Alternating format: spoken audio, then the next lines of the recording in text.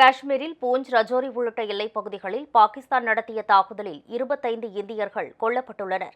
காஷ்மீர் மாநிலம் பகல்காமில் கடந்த ஏப்ரல் 22ஆம் தேதி 26 சுற்றுலாப் பயணிகளை தீவிரவாதிகள் சுட்டுக் கொன்றனர்.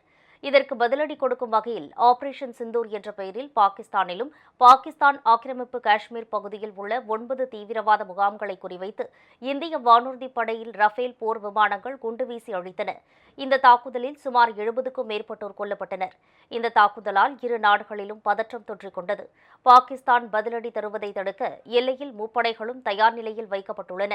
அதையும் மீறி காஷ்மீர் எல்லையில் பாகிஸ்தான் ராணுவம் நேற்று தாக்குதல் நடத்தியதில் அப்பாவி மக்கள் 12 பேர் கொல்லப்பட்டனர். இதனிடையே பாகிஸ்தான் பிரதமர் ஷெபாஸ் ஷெரீப் ராணுவம் தொடர்புடைய நடவடிக்கைகளுக்கு முழு அதிகாரம் கொடுத்துள்ளதாக அறிவித்துள்ளார்.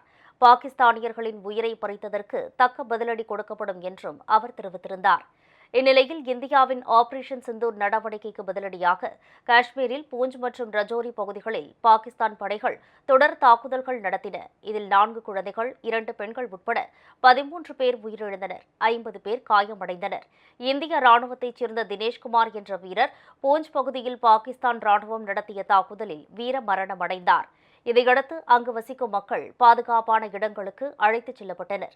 இது தவிர அருகிலுள்ள கிராம மக்களும் பாதுகாப்பான பகுதிகளுக்கு செல்லுமாறு அறிவுறுத்தப்பட்டுள்ளனர்.